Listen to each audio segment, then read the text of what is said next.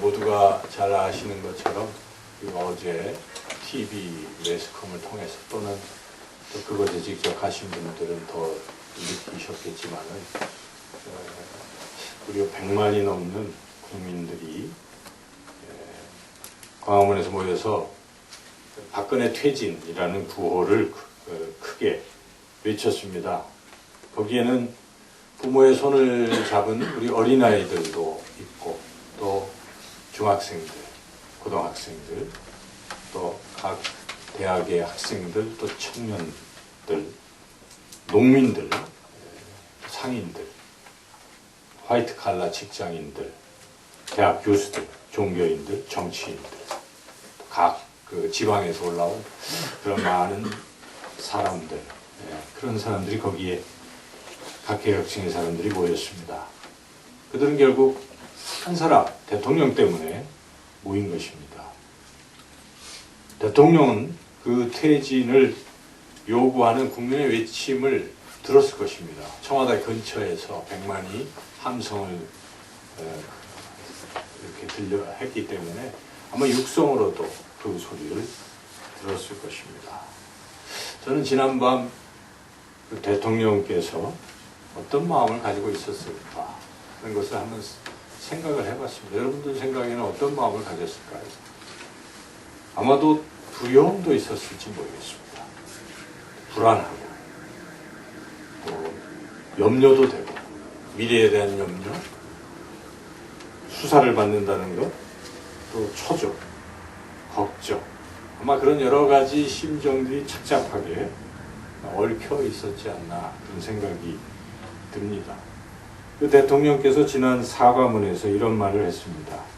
내가 이러려고 대통령을 했나라는 자괴감이 들 정도로 괴롭기만 합니다. 그 말에 그 심정이 많이 담겨 있다고 보는데요. 그 자괴감이라는 말이 쉬운 말은 아닌데 자괴감은 그런 뜻입니다. 스스로 부끄러워한다 하는 그런 감정이 자괴감입니다. 과연 대통령이 자기가 한 말대로 자기가 대통령 된 게 스스로 너무 부끄럽다 그렇게 느끼고 있는지, 그러면 아마도 국민의 요구에 모든 것을 내려놓는 것이 당연해 보이기도 합니다. 그런데 아직도 결단을 하지 않고 있는 것 같습니다. 대통령이 아직도 그렇게 결단을 하지 못하고 내려놓지 못하는 이유가 무엇이겠습니까? 그 이유들 중 하나는 아직도 그 권력에 대한 미련 때문에 그렇습니다. 그리고 더 심하게 이야기한다면 욕심 때문에 그렇다는 것입니다. 그런데 여러분, 과연 권력을 가진다는 것이 정말 행복한 것입니까?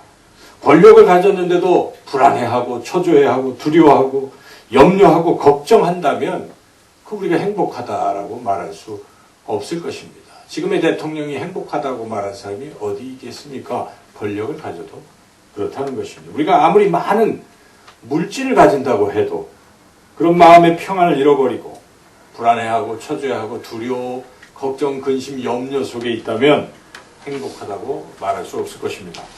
그러나 반대로 내가 비록 물질이 좀 부족하고 아무 권력도 없어도 또 현재 내가 이런저런 어려움을 겪고 있어도 설령 감옥에 갇힐지라도 평안을 얻을 수 있는 사람, 평안을 얻을 수만 있다면 그분은 행복한 분이라고 말할 수 있습니다.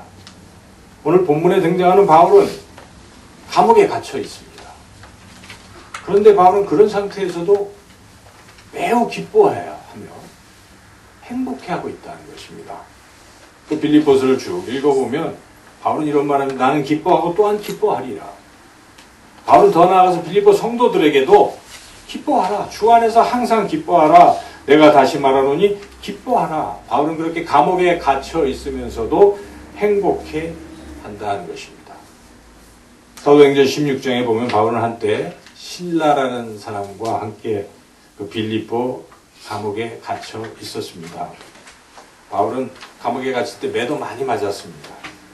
또 옥에 갇히긴 갔었는데 이 발을 착고로 꼼짝달싹 못하게 이렇게 채워진 이러한 상태에 놓여 있었습니다. 그런 상태에서 바울은 신라와 함께 둘이 그런 상태에 놓여 있을 때 둘이서 무엇을 했습니까? 사도행전 16장에 보면 그들은 기도하면서 하나님을 찬송했다라고 그렇게 나와 있습니다. 바울은 감옥에 갇혔어도 좌절하거나 낙망하거나 두려워하지 않고 도리어 기뻐하며 하나님을 찬송했다는 사실입니다. 바울은 또 한때 죄수의 몸으로 이 배에 끌려서 배에 이렇게 갇혀서 끌려갈 때가 있었습니다. 그러다가 바다 한가운데서 유라굴로라는 광풍을 만나서 이제 배가 전복된 위기에 처하게 됐습니다. 그때 배를 이렇게 사공들도 있었고 로마 군인들도 있었고 죄수들도 있었는데 모두 한결같이 200여러 명이 다 이제 죽었다. 다 포기하고 절망하고 하는 그런 상태에 놓여 있었습니다. 죽음의 공포 속에서 좌절하고 있었습니다. 그때 바울은 어떠했습니까? 사도행전 27장에 보면 바울은 그때 사람들을 막 안심시키고 있었습니다. 격려했습니다. 하나님께서 여러분 모두를 살려주실 것입니다. 그렇게 선포하고 있었습니다. 바울은 두려움 속에서도 불안해하는 것이 아니라 평안을 유지하고 있었다는 것입니다. 당장 매를 맞고 또 죽음의 위기에서도 바울은 평안을 유지하고 있었기 때문에 그는 늘 기뻐할 수 있었고 행복해할 수 있었다는 것입니다. 행복의 비결은 다른 게 아닙니다. 평안을 가지느냐 가지지 못하느냐에 달려 있다는 사실입니다. 우리도 비록 어떤 상황을 만날지라도 여러분 평안을 갖고 있다면 행복해질 수 있을 줄로 믿습니다. 가장 행복한 길은 다른 게 아닙니다. 이 평안을 얻는 것인데 바로 하나님의 평강을 얻는 것이 가장 행복해질 수 있는 비결이라는 것입니다. 오늘 본문의 7절 말씀인데요. 우리가 같이 한번 7절 말씀 읽어보겠습니다. 그리하면 모든 지각에 뛰어난 하나님의 평강이 그리스도 예수 안에서 너희 마음과 생각을 지키시리라. 하나님의 평강, 그 하나님의 평강을 얻기만 한다면 어떤 상황에서도 행복할 수 있다 하는 것입니다. 기도하면 무엇이 주어진다고 오늘 본문은 말씀하고 있습니까? 6절은 기도하면, 한마디로 말하면 6절은 너희가 기도하면 이런 뜻이고 7절은 무엇을 얻는다고 말씀하고 있습니까? 하나님의 평강을 얻는다라고 말씀하고 있습니다. 우리가 보통 기도하면 짝을 이루는 말은 무엇입니까? 기도한 대로 이루어진다 하는 것인데요. 여기서는 기도하면 우리가 기도한 대로 그대로 이루어진다는 그 응답을 이야기하지 않고 무엇을 이야기합니까? 하나님의 평강이 주어진다라고 그렇게 말씀하고 있습니다. 이것은 기도의 응답보다도 하나님의 평강이 더 좋다 그런 뜻입니다. 여러분 그렇게 생각하십니까? 기도의 응답, 내가 이거 나는 이번에 어려운 일인데 이 문제가 해결되고 이것을 얻어야 되고 뭐 다 해야 되는데 하나님 이걸 들어주세요. 내 자녀가 이렇게 되게 해주세요. 우리 그렇게 다 기도할 수 있고 그것이 응답되면 행복한 일입니다. 그런데 오늘 본문에서 바울은 무엇을 증거하고 있습니까? 기도해서 그게 응답되는 문제가 아니라 기도하면 무엇이 주어진다고 말씀하고 있습니까? 하나님의 평강이 주어진다. 하나님의 평강이 그처럼 귀한 것이다 하는 것입니다. 평강. 이 평강이라는 말은 헬라어로 에이레네라는 말입니다. 한국말로 하면 평안, 화평, 또 평화, 여러 가지 다른 비슷한 말들로 번역이 되는데 헬라어에서는 이것을 그냥 에이레네라는 말로 표현하고 에이레네는 사실은 구약에서 온 말입니다. 구약에 여러분들이 잘 아는 말에서 이 헬라어로 번역된 것인데 히브리어로는 이 에이레네가 샬롬입니다. 여러분 샬롬이라는 말 잘 쓰잖아요. 우리가 서로 인사할 때도 어떻게 합니까? 샬롬. 문자할 때도 여러분 잘 쓰시더라고요. 샬롬. 이스라엘 사람들은 이 샬롬이라는 말 가지고 서로 인사하는 거예요. 만나면 샬롬. 이게 제일 좋은 말이에요. 이스라엘 사람들이 샬롬. 이 샬롬의 뜻은 번영, 축복 이런 뜻이기도 해요. 그런데 가장 중요한 1차적인 의미, 샬롬의 1차적인 의미는 평화라는 뜻입니다. 평화, 샬롬. 이스라엘 백성들이 계속 어떻게 살아왔습니까? 외국과의 이 싸움 속에 지금도 이스라엘은 주변 아랍국과의 그 긴장 관계 속에서 언제 전쟁이 덜지 모르는 그런 상황 속에 놓여 있지 않습니까? 근데 그들의 역사는 계속 그런 상황이에요. 그런 상황 속에서 그들이 추구하는 것은 야, 전쟁이 없으면 좋겠다. 평화가 있으면 좋겠다. 이런 생각을 하는 것입니다. 그래서 샬롬이 있으면 좋겠다 하는 그런 것이죠. 샬롬은 그렇게 어떤 평안, 평강, 화평, 평화 이런 뜻입니다. 그들이 그것을 얼마나 소망했는지. 그들의 수도 이름이 무엇입니까?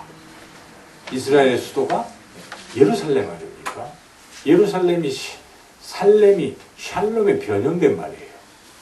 예루라는 것은 기초. 그러니까 예루살렘 이 땅이 뭡니까? 샬롬의 기초가 된다는 것입니다. 여기서 샬롬이 나온다.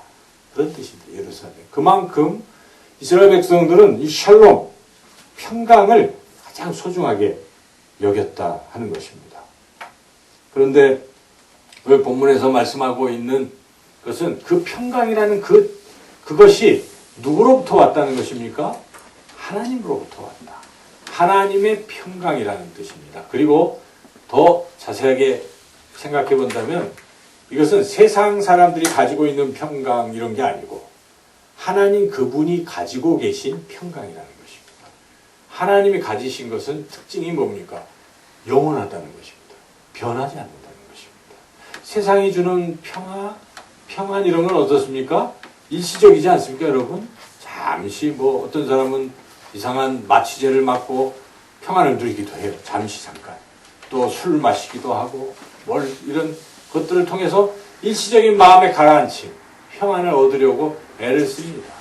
또 오락을 한다든지 뭔가 어디에 빠져본다든지 취미를 해서 평안을 유지해 보려고 하지만 그거는 그런 약기운이 떨어지면 어떻게 됩니까? 더 심한 고통 속으로 빠지지 않습니까? 그때는 그게 끊어졌을 땐 평안은커녕 더욱 그런데 하나님의 평강은 그게 아니라는 것입니다. 영원하다는 것입니다. 그 평강, 하나님의 평강 그런 것이고 이것은 그런 평화 이런 것뿐만 아니라 거기에 또 하나 들어가는 게 이 고요함이 같이 들어가는 거예요. 그래서 이것을 다른 말로 하면 평정이라는 말도 씁니다. 이 단어의 뜻이. 그래서 우리가 평정심을 잃지 말자 이러잖아요. 마음이 이렇게 고요하고 흔들리지 않고 두려워하지도 않는 이 평정심을 잃지 않아야 되는데 바로 이 뜻은 하나님의 평정, 하나님의 평강의 뜻은 그런 뜻이다. 결코 영원히 흔들리지 않게 하는 그러한 것이 바로 하나님의 평강입니다. 이 하나님의 평강은 세상 것하고는 다르다는 것입니다. 오늘 본문 말씀에도 7절에 그 하나님의 평강 앞에 있는 수식어가 무엇입니까? 7절 다시 한번 읽어볼까요? 7절에 뭐라고 나옵니까? 그리하면 모든 지각에 뛰어난 하나님의 평강. 그렇죠. 하나님의 평강이 무엇에 뛰어납니까? 모든 지각에 뛰어나다. 뛰어나다는 것은 뭐보다 훨씬 높다 이런 뜻입니다.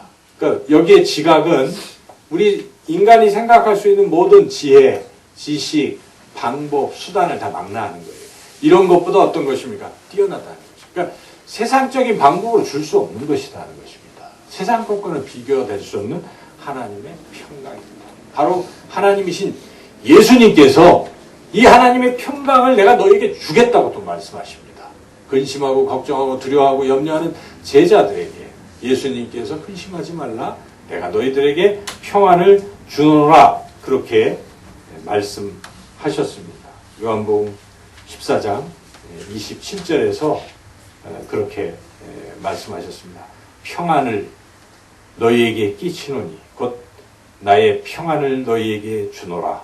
내가 너희에게 주는 것은 세상이 주는 것과 같지 아니하니라.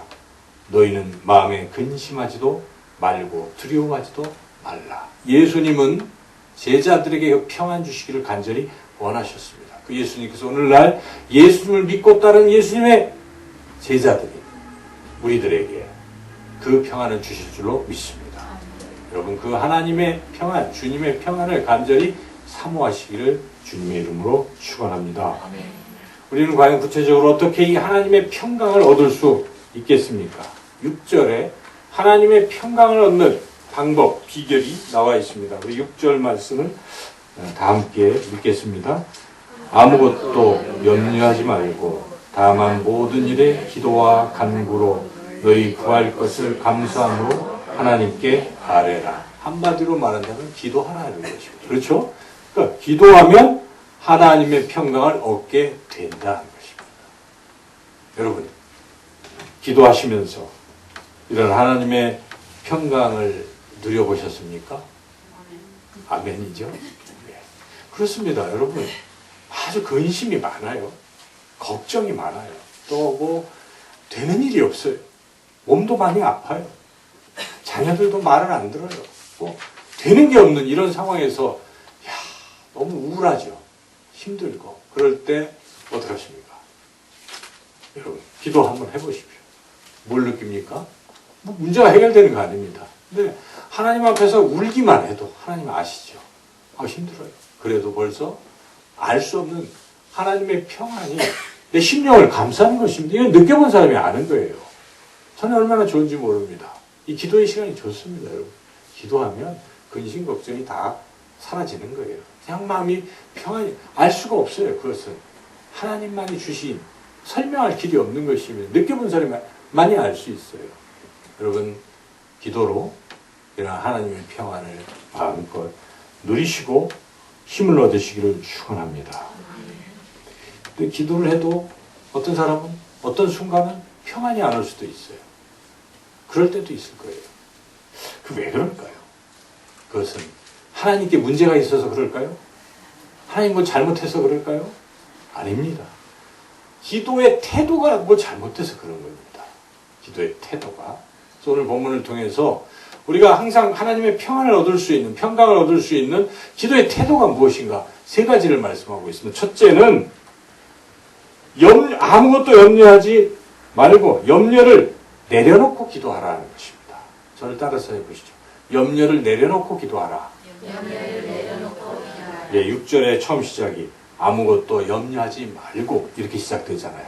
이것은 염려가 되고 있다는 것이. 인생에 왜 염려가 없겠습니까?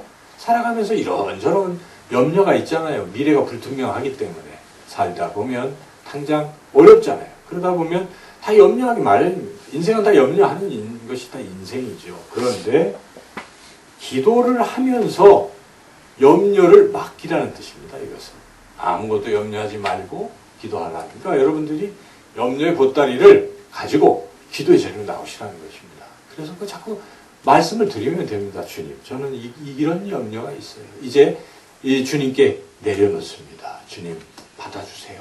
여러분 그렇게 기도해 보십니까? 그렇게 기도하는 거예요. 기도는 다른 게 아닙니다. 하나님은 얼마나 크고 넓고 좋으신 분이실지 모릅니다. 우리가 그런 염려를 말씀을 드리면 벌써 다 아세요. 안다. 주님이 내가 다 맡아줄게. 수고하고 무거운 짐진 자들아 다 내게로 오라. 내가 너희를 쉬게 하리라. 내가 맡아주리라. 주님 말씀하십니다. 성경 계속해서 말씀 시편 55편 20절 내 짐을 여호와께 맡기라. 그가 너를 붙드시고 의인의 요동함을 영원히 허락하지 아니하시리로다. 잠언 16장 3 너희 행사를 여호와께 맡기라. 그리하면 네가 경영하는 것이 이루어지리라. 우리 예수님이 말씀하십니다. 그러므로 염려하여 이르기를 무엇을 먹을까 무엇을 마실까 무엇을 입을까 하지 말라. 이는 다 이방인들이 구하는 것이라. 너희 하늘 아버지께서 이 모든 것이 너희에게 있어야 할 줄을 아시느니라. 그러므로 내일 일을 위하여 염려하지 말라. 내일 일은 내일이 염려할 것이요 한날의 괴로움은 그날로 족하니라. 사도 베드로도 말합니다. 너희 염려를 다 주께 맡기라. 이는 그가 너희를 돌보실 것입니다. 여러분 기도할 때마다 항상 여러분의 모든 염려를 주님께 맡기시며 기도하시기를 축원합니다. 새벽 기도 나오셔서 또 집에서 새벽 제단을 쌓으며 기도하실 때 또 금요 기도에 나오셔서 다른 거 하지 마시고 염려의 보따리를 먼저 주님께 이렇게 내려놓는 거예요. 주님 이렇습니다. 말로 할 때 벌써 이미 주님 맡아주십니다. 그래서 평강이 막 이제 주어지기 시작하는 것입니다. 그런데 염려는 말씀도 안 드리고 계속 마음속에 염려는 가지고 있으면서 뭔가 다른 기도를 열심히 하고 있다면 평강이 오지 않는다는 것이죠. 두 번째, 감사함으로 기도하라. 따라서 해보시죠. 감사함으로 기도하라. 감사함으로 기도하라. 6절을 다시 한번 또 한번 읽어볼까요? 아무것도 염려하지 말고 다만 모든 일에 기도와 간구로 너희 구할 것을 감사함으로 하나님께 아뢰라. 써 있잖아요. 감사함으로. 이게 굉장히 중요한 것입니다. 어떤 사람은 기도할 때 감사보다는 불평, 원망 이렇게 기도하면 평강이 안 옵니다. 우리도 사람과 대화할 때 상대방과 대화할 때 그 사람한테 일단 고맙습니다. 감사합니다. 이렇게 하면서 대화를 해보면 어떻습니까?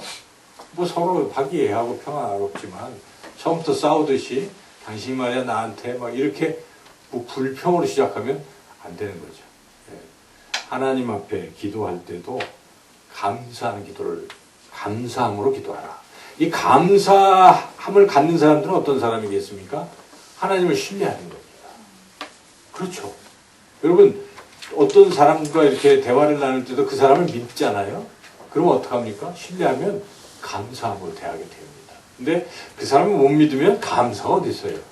의심하고 뭐 이렇게 나가는 겁니다. 하나님 믿어보십시오. 하나님 믿으십니까? 하나님이 모든 걸 책임져 주실 줄 믿습니까? 하나님 항상 선한 길로 인도하실 줄 믿습니까? 하나님 그러신 분이시잖아요.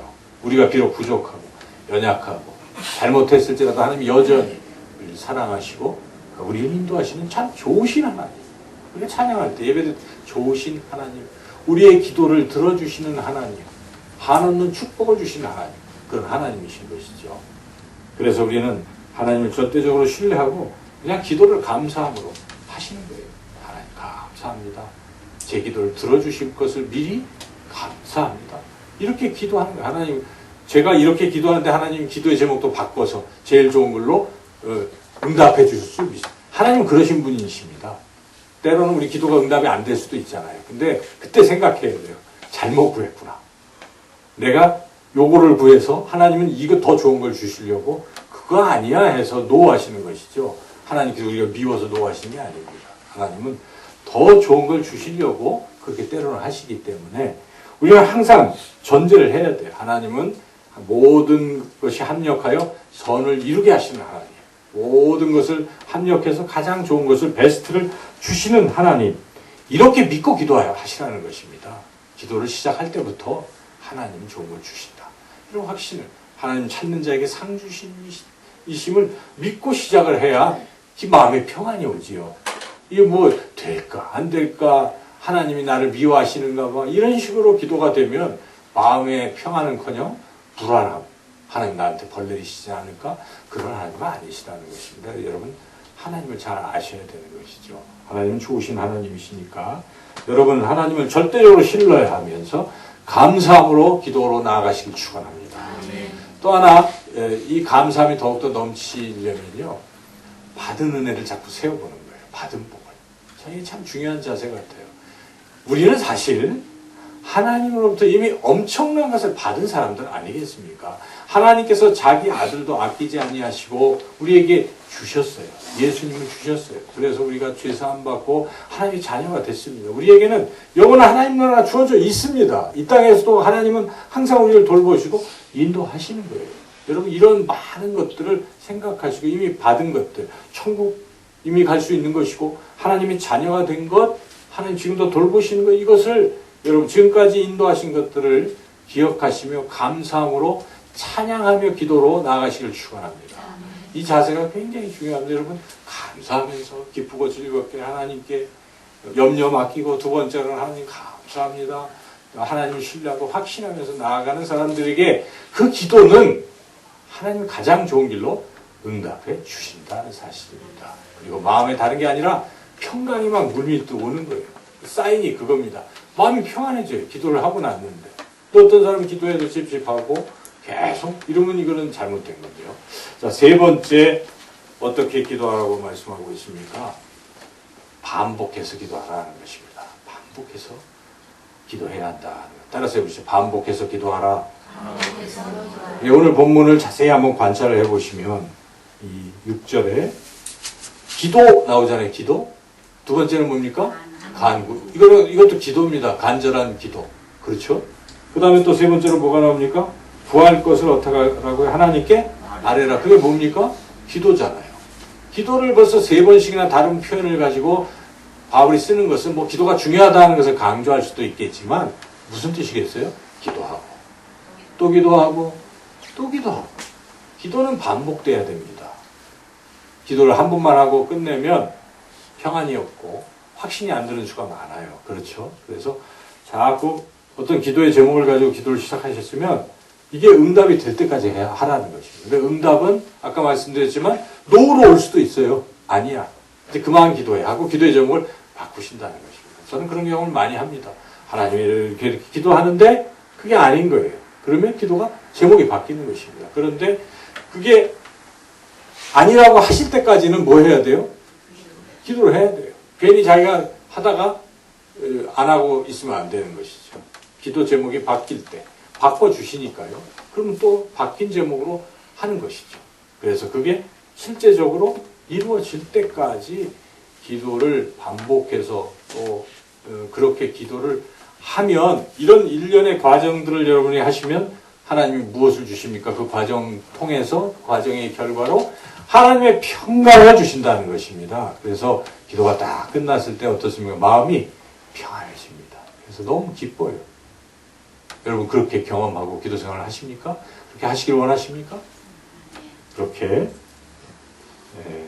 어떤 일이 있어도 모든 염려를 하나님께 맡기시고 감사함으로 그리고 응답될 때까지 끝까지 반복해서 기도해서 세상이 줄 수 없는 결코 줄 수 없는 하나님의 평강을 얻으시기를 주님의 이름으로 축원합니다.